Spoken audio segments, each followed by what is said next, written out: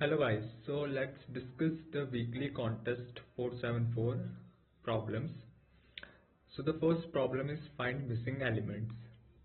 You are given an integer array nums consisting of unique integers. Originally nums contained every integer within a certain range. However, some integers might have gone missing from the array. The smallest and largest integers from the original range are still present in the nums. Return a sorted list of all missing integers in this range. If no integers are missing, return an empty list.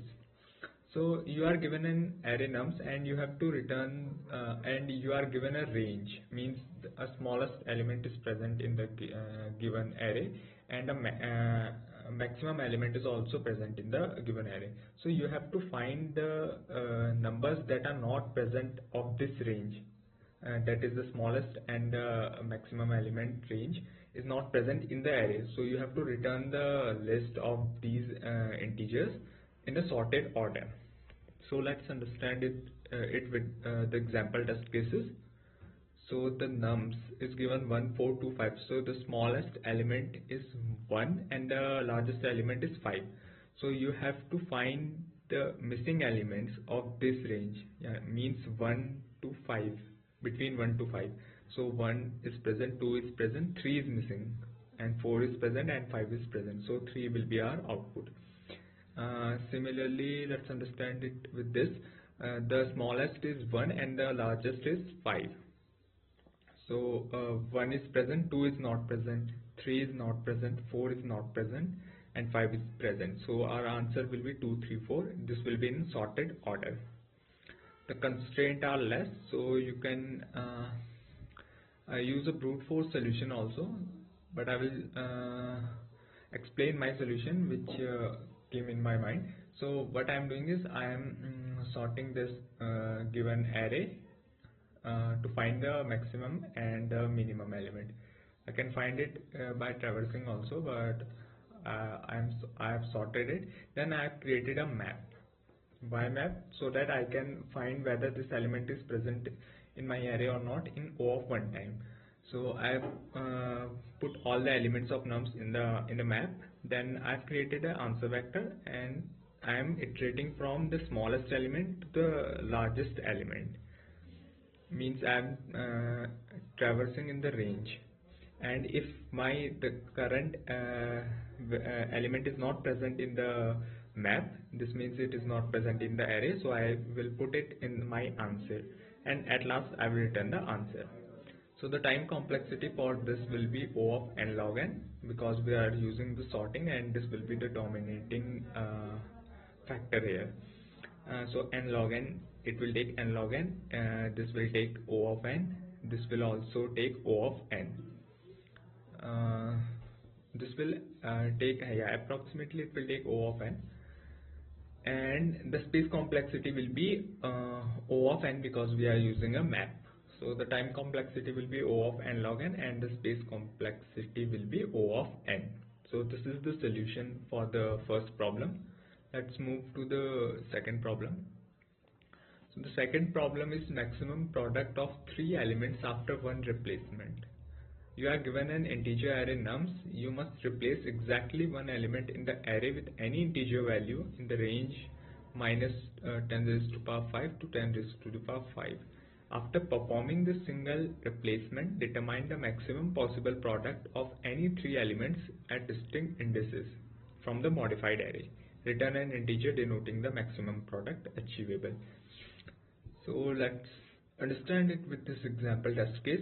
The nums is given -570, and if we will replace this 0 with a negative 1e5 value, then this negative will become positive, and if we multiply these 3 elements, we will get a maximum answer.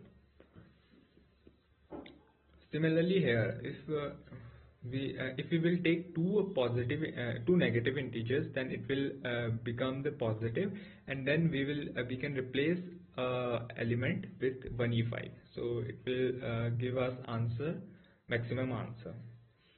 So and the constraints are high, so we have to find a solution in O of n log n or O square will not work. The first approach, the first hint that clicked in my mind, or yeah, when I saw this problem, is that I tried to make the cases here.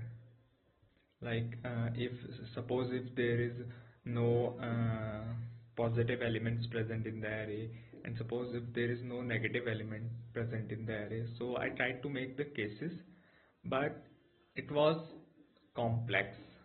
So the means a simple solution exists for this.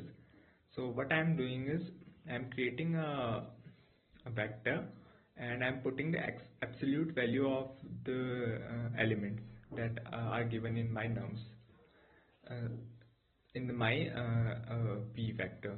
Then I am sorting this vector in decreasing order so that I can get the maximum elements at the starting. Then I'm initializing my answer with the maximum element of the array. What I'm doing is I'm taking two maximum elements from my array, which I have made, and then I'm multiplying the last multiplying it with 1e5. Why I'm doing this? Because if suppose if the two elements are negative, then it will become the positive, and if there is one element which is negative, then it will make this also negative, and the whole answer will be positive. So we have to take care of absolute values here. We don't need to worry about the sign or means negative or positive values. That's why we have taken this absolute values of each element. So suppose this is minus 10 and we have 4 and 5. So if I will take this element, the absolute value of this, it will become 10, 4 and 5. Then I will sort it with sorted in decreasing order, then it will become this. Now what I am doing is I am multiplying these two, means 10 into 5 and into 1e5.